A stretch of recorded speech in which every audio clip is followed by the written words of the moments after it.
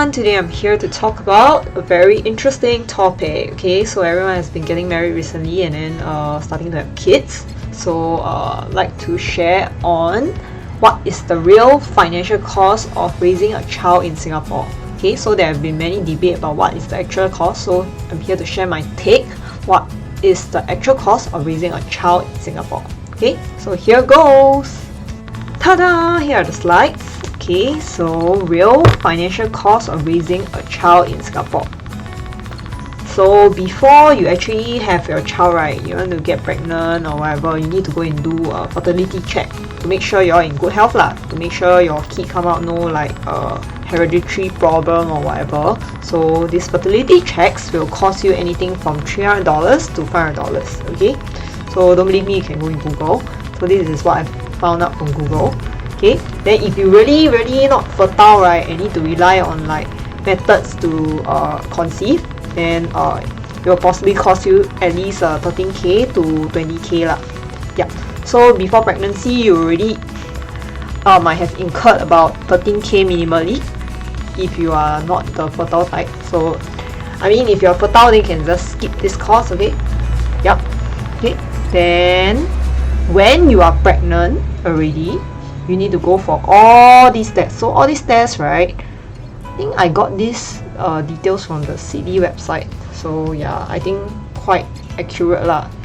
But basically I just like add everything up then I do like, I mean, vaginal delivery is the cheapest, so you add everything up, the lower end one plus the vaginal delivery, it will be a minimum about 7k. Yeah, then of course you need to buy your maternity insurance. Okay, so the cheapest maternity insurance, which has a life component, right, is about 1k lah per year. So this one you will need to pay for like minimum maybe 15 years. Yeah, so if say you love your kids a lot, you want to buy the maximum, right? Maximum can possibly cost you up to 10k a year lah. So depending on the mother's age. So the younger the mother is, right, the insurance will also be cheaper lah. Yeah. So maternity insurance anywhere from 1k to 10k yearly. Okay.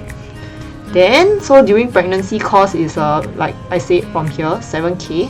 So you count like highest, if you go for like they say need like at least 10, but you go for like 15, right? So everything you add can add up to more than to about 35k lah. Okay, so you add this and this together. Yeah, it becomes oh yeah, it's already 7k, right? I already added the maternity insurance. Okay, so it's 10k. Also added into this 35k. So during pregnancy, the range is about 7k to 35k lah. So before your child even come out, right, you maybe already spend around 20k already lah. Yeah. Okay. So after the baby is born, then you want to till they go to primary school, right? So this is the amount of money you're expected to spend. Okay, so confinement, nanny, all these. So you add everything, it should be a minimum of about 58k lah. Yeah, so this is based on the math. I use a calculator to add, and then I do everything like minimum, like maybe cheapest, the 250, I go 250 range lah. Yeah. Okay, so this is from ages to 2, so minimum 58k from 0 to 2 lah. So for 2 years you need the first 2 years of your child's life, you really need minimum 58k. Okay, then next, so as they grow older, they get a bit cheaper lah to to keep them alive. Okay, so minimum 32k for everything. So add all these, the lower range, and also if you buy the lower range maternity life insurance, it will be $600 lah. So all these I already add into this 58k and 32k. Okay. Then also, when the child is born, you need to make sure they have the hospital and accident insurance. So this is about $1,000 yearly lah. This conservative estimate, can be much more expensive. Yeah. Okay. So after the baby is born until primary school, you add this 58k plus the 32k. So it will be about, oh sorry, this one haven't add the insurance yet. So you add the insurance, so it will be about 95k lah minimally. So are you already prepared 95k for your first kid? If not, it's on 95k plus the 20k. So you prepare about 100 plus k already. Yeah. So this is the low range one. Okay. So 100 plus K, all the way until the kid is 7 years old lah. Okay, so the higher range one will be about 220K lah.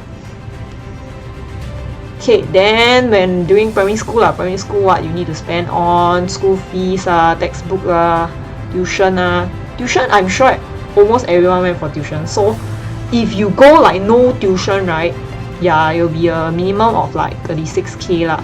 So I already add the life insurance, all these, the hospital again. Yeah, so minimally for the whole primary school, right, you also need to prepare another like 40K for the kids lah. Yeah. Okay, then higher range will be about 230K. So this is for 6 years, you need to prepare this 40K. Okay, and this is just the basic you are giving your kid. The most basic means like you really like don't give them any luxury at all. Okay, so secondary school, age 13 to 16, so 4 years. So 4 years if don't go for tuition also, right, will be 28K. Okay, so after you add the insurance, everything will become 30K lah. Yeah, so for the 4 years of secondary school, somehow is ends up to be cheaper than going to primary school, which is a bit weird actually.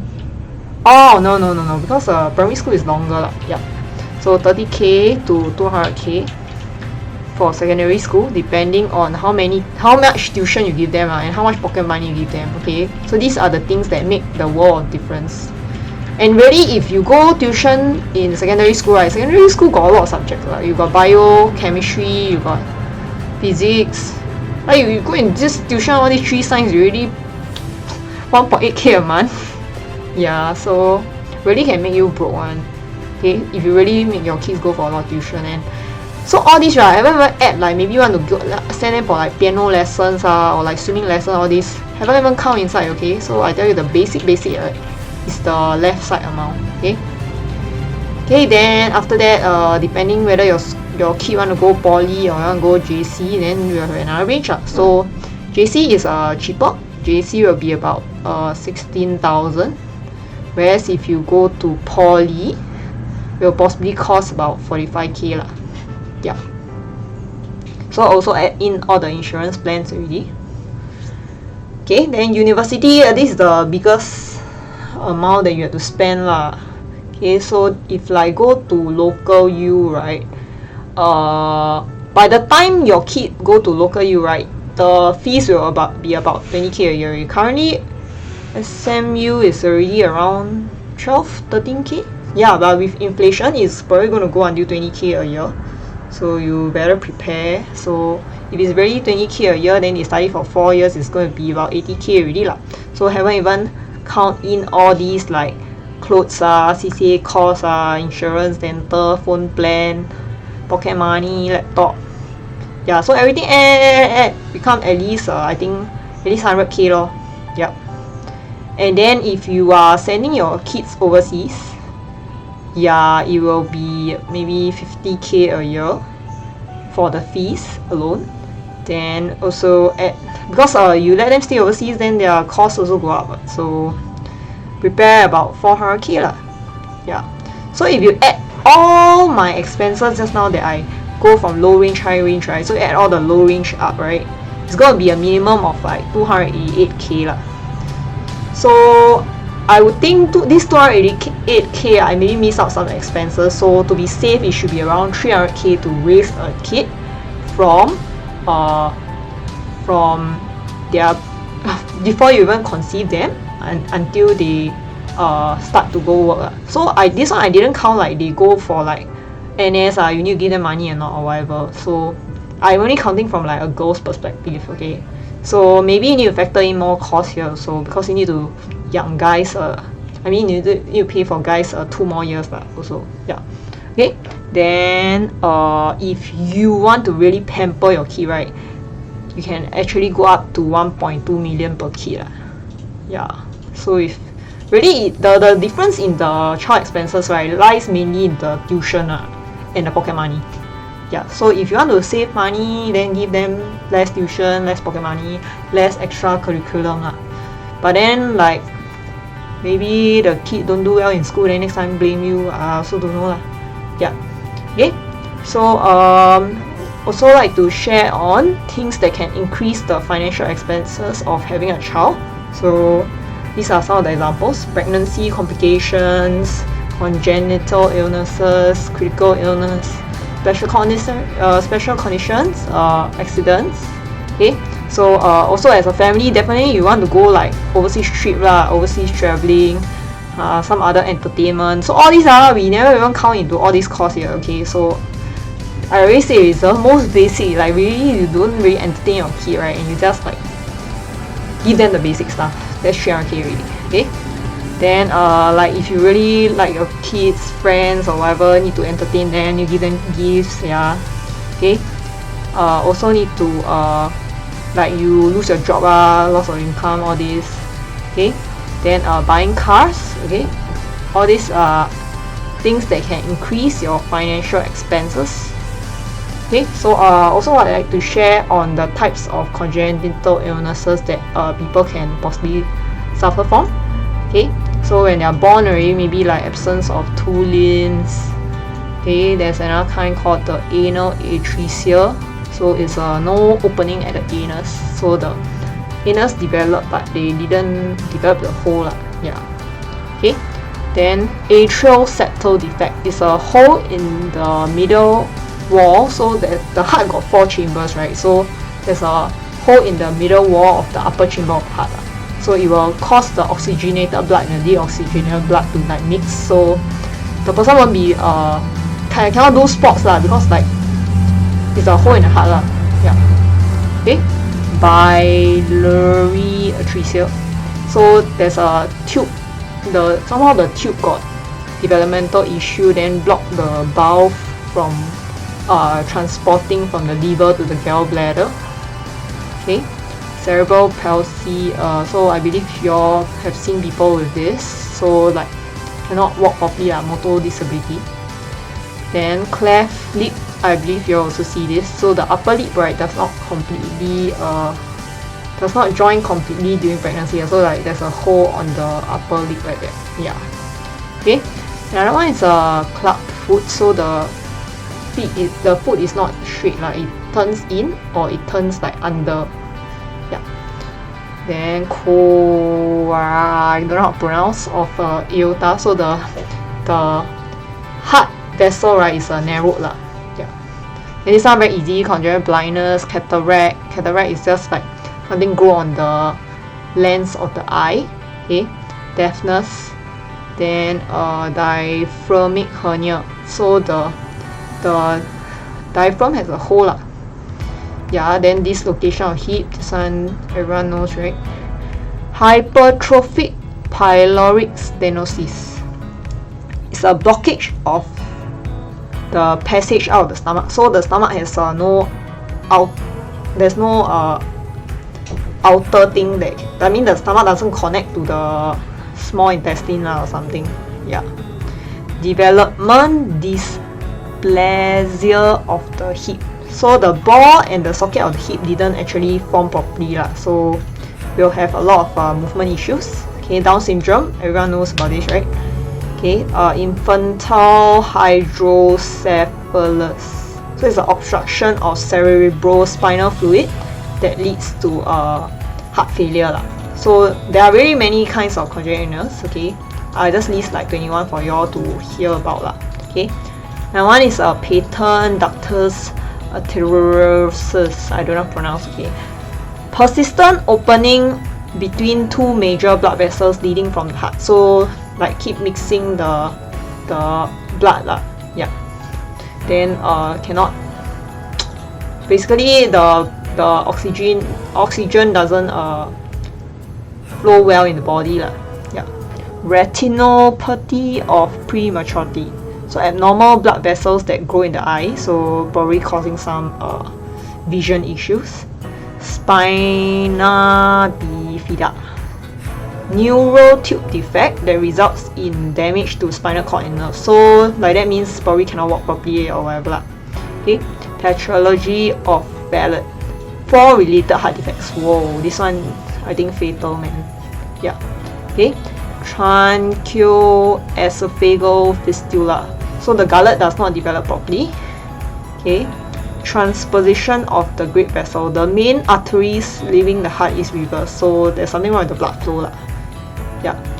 Truncus arteriosus. So the arteries to the lung and the body, right, did not separate properly. So also mixing of the blood, that the oxygenated and deoxygenated blood. Okay. Then another one is the ventricular septal defect. So just now there was one hole on the top chamber, right? So this one is a hole on the lower chamber of the heart. So also hole in the heart. Yeah, will probably cause like unable to do sports. There are people who actually survive all these but probably they cannot live a normal life. Yeah. Okay. So also would like to share on like critical illnesses, because most people know that there are a lot of critical illnesses, but they don't know what are the types of critical illness. So like to share on the types. Okay, so what are they? Brain damage. Okay, brain damage must be acquired lah, like maybe someone hit you in the head. It's also counted as critical illness. Yeah, hit you in the head and you get brain damage. Acute severe ulcerative colitis. Okay, so it's like inflammatory bowel disease. Addison disease, so the adrenal gland insufficiency. So another one is a benign tumor of the adrenal gland. Okay, so basically some form of cancer. Not really cancer because it's a benign tumor, but yeah, I need to remove the tumor from the adrenal gland because it's like probably obstructing some stuff. Yeah, Alzheimer, dementia, this one everyone knows, right? Okay, angioplasty, this one also I believe everyone knows, is the procedure to open blocked coronary arteries. So like all those like stroke, yeah. Okay, tumor, everyone knows cancer lor, dependent on whether benign or cancerous. So actually there are many types of places that can actually develop a tumor. I have like lump everything together. You just think of where you can have a lump, then that place can also have cancer also lah. Yeah, cancer, whatever, benign tumor. Okay, biliary atresia, just now I already talked about it. Okay, blindness, deafness, loss of speech, burns, all these are type of critical illness. Then brain surgery. Yeah, so as long as you require brain surgery, is a type of critical illness. Then chronic autoimmune hepatitis, so there's a liver inflammation. And chronic relapsing pancreatitis, so the pancreas inflammations that influence the glucose levels. Okay, coma, so yes, coma is a type of CI. So there's a specified number of hours that you have to fulfill before it's a CI. So you better don't sleep too long, don't sleep too much, sleep too long or sleep too short. Yeah. Okay, coronary artery bypass surgery. Okay, this is the open the, as in like the vessel is blocked by fats or something, so need to do a bypass surgery. I don't know how to pronounce, something Jacob disease. So it's a degenerative brain disorder. Okay, Ebola, I believe many people have heard about it. So it causes like blood clot problems. Okay, elephantiasis, gross enlargement of area of the body. So like some parts of the body just grow too big lah. It's a type of critical illness. Okay, kidney or liver failure. Yes, these are critical illness. Lung disease, also critical illness. Fulminant hepatitis, so the liver suddenly fail lah. Tetanus. Yeah, so this reminds me, I recently got a tetanus shot. So what is tetanus? Tetanus is a bacterial infection that causes painful muscle contractions. Okay, so you can possibly die from it lah. Yeah. Okay, heart attack. Yeah, heart muscle does not get enough blood. Okay, HIV, everyone knows, right? Okay, Parkinson's disease is you all know Zhou Cuming, right? So yeah, Parkinson's disease. Infective endocarditis, infection of the inner lining of heart muscle. Yeah, so anything affecting the heart really affects a lot of your life. Okay, so previously I think I mentioned that diabetes is actually not CI, but yes, diabetes is a CI if it's type 1. So type 2 is not a CI. So what's the difference between type 1 and type 2? Type 1 is usually hereditary lah. So it's the pancreas cannot produce insulin, or it produces too little. Okay, type 2 is when your insulin is still produced, but the body does not react well to the insulin, so the insulin is like not working well. Yeah. Okay, so that's the difference between type 1 and type 2. So type 2 is most people develop it by being fat or whatever lah. Yeah. So this is not covered under critical illness. Okay. Plastic anemia, body stops producing enough new blood cells. Okay. Yeah, so not enough blood, definitely your body is not good lah. Juvenile Huntington disease, so degenerative of nerve cells in the brain. Loss of independent existence, paralysis. So this one is like almost similar to TPD lah. I mean total permanent disability. So like you lose like arms, hands and legs, not able to do certain activities of the daily living. So there are 6 activities lah. So you can't do like certain amounts, then qualifies as loss of independent existence. Okay. Head trauma. Okay. So there's some definition lah. It's not like just head trauma straight away. Then I mean like somebody knock you, head trauma, no lah. It must be like certain seriousness then counts as a critical illness. Okay, so if actually you need to receive organ bone marrow transplant, is a type of critical illness. Medullary cystic disease, so kidney cysts, yes, like of tumors actually. Tumors and cysts are actually similar. Yeah. Motor neuron disease, so affects the brains and the nerves. Multiple root or branchial plexus injury, so neck trauma. A type of neck trauma. Multiple sclerosis, disabling disease of brain and spinal cord. Yeah, so probably can't walk in the later stage. Muscular dystrophy, so yes, also cannot walk in the later stage. Necrotizing fasciitis, so bacterial infection that results in death of parts of the body tissue. Yeah. Hepatitis B and C, so these are liver infections. Open chest heart valve surgery, so yeah, something to do with the heart, like heart attack or whatever, need to do surgery, it counts as a critical illness. Okay, so if say I get a open chest heart, if say I get like maybe stroke lah, then I need to do open chest heart valve surgery or heart attack. Oh no, sorry, stroke is the brain problem.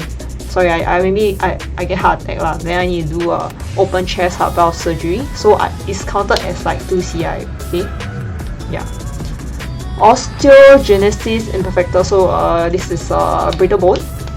So cannot like not strong like the bone not strong, very easily broken. Rheumatoid arthritis, joint inflammation. Okay, vegetative state, self-explanatory. Polio, so polio is actually a spinal cord infection. So high blood pressure, pulmonary hypertension, so it's a certain, must be diagnosed as pulmonary. Okay, there's a certain like level. Progressive scleroderma, hardening and tightening of skin and connective tissues. Okay. Another type is a progressive supranuclear palsy, so it's a type of brain disorder. Rabies, it affects the central nervous system. Resection of small intestine, so the small intestine becomes smaller. Bacterial meningitis, yeah, some bacteria. Cardiomyopathy, I believe everyone is familiar with this, hearing it all along nowadays, quite common. Crohn's disease, inflammatory bowel, is a type of inflammatory bowel disease. Eisenmenger syndrome, so increased blood pressure in one side of the heart. Then encephalitis, inflammation of brain tissue. Hemophilia, blood cannot clot properly, so possibly die from losing too much blood if you ever fall down. Yeah. Myasthenia gravis, antibodies start destroying the communication between the nerves and the muscles. Pulmonary fibrosis is a lung disease that makes the lung become damaged and scarred. Not scared, scarred. Okay. So stroke, yeah, like I mentioned just now, I was confused between stroke and heart attack. So there's actually a difference. Stroke is blood to the brain that is reduced. So stroke is 中风 you cannot move. But heart attack is the heart. Okay. Idiopathic scoliosis, so abnormal spine curve. Systemic lupus, I don't know how to pronounce. Immune system that starts attacking the body's own tissues. Okay, another type is terminal illness. What is terminal illness? Terminal illness is some illness you are diagnosed with that you are anticipated to die within a year. Okay, tuberculosis meningitis. So it's inflammation of the membrane around the brain or the spinal cord, so we'll call it affect movement. Juvenile spinal muscular atrophy. It's a genetic thing that causes muscles to become weak. And lastly, we have Wilson's disease, which is copper accumulating in the vital organs. So it will cause like poisoning to the vital organs, and then eventually it will pass. Yeah. Okay, there are actually other kinds of stuff that are not considered as critical illness, but they are acknowledged as like special conditions. So these special conditions are actually not serious enough to be considered critical illness, so they're classified under special conditions. So these are osteoporosis, so weakened bones break easily. Dengue hemorrhagic fever is a severe form of dengue fever that causes serious bleeding and a sudden drop in blood pressure, which can actually lead to death. Okay, diabetic complications, so that I mentioned just now, only type 1 is counted as a CI, whereas type 2, if you get like the diabetic complications, it qualifies as special conditions. Okay, mastectomy, so it's a removal of the breast. You know, breast cancer is so common. Yeah, so mastectomy counts as a special condition. So you remove the breast, even maybe there's no cancer, you still remove the breast, right? So they qualify as a special condition.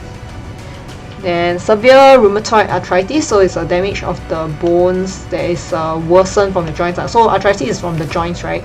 Then it also causes damage to the bones. Then another one is a removal of womb. Yeah. Also have a removal of vulva. Severe gout is the erosion and the destruction of joint. Okay. This is a necrotizing fasciitis. This one, it was in the CI also, but I don't know why it appeared twice.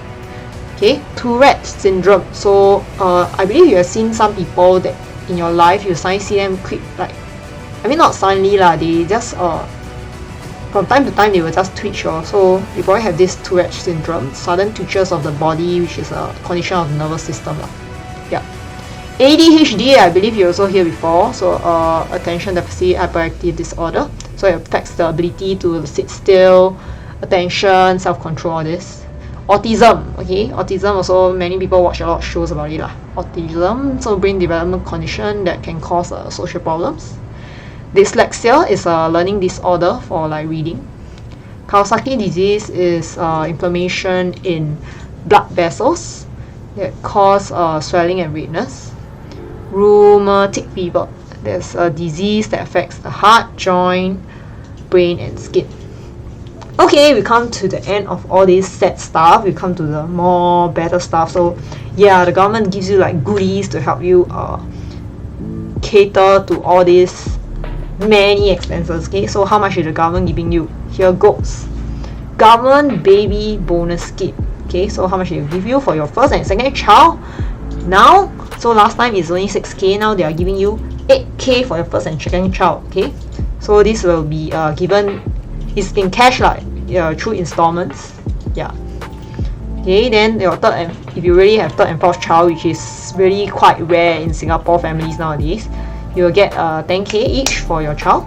Then if you really go on to have a fifth, more than 5 kids, yeah, you still have 10K only. Yep. So last time there was no bonus for fifth and higher lah, so now have already. Okay, so there's a second part to this. There's a child development account. There's a special savings account for Singaporean children to help build up savings that can be spent on approved users. Okay, so when the CDA is open, the child will receive the CDA benefits comprising of the first step grant. So the first step grant, no matter number what child, right, always got this 3K that the government will give you into this CDA account. Okay, then if you want to top up more, right, the government will match dollar to dollar. So you top up 3K for your first kid, then they will match 3k lor. So total you get 6k lah. Second child max 6 top up 6k, then you can get 9k in total lor. Yep, so this CDA is open until the year of the so it's until the child turns 12 years old. You have to use finish all this money lah. Yeah. Okay, then for the third and the fourth child, it's 9k plus 3k, 12k. And if you really go on to the fifth kid, you can get 3k plus 15k, so 18k total.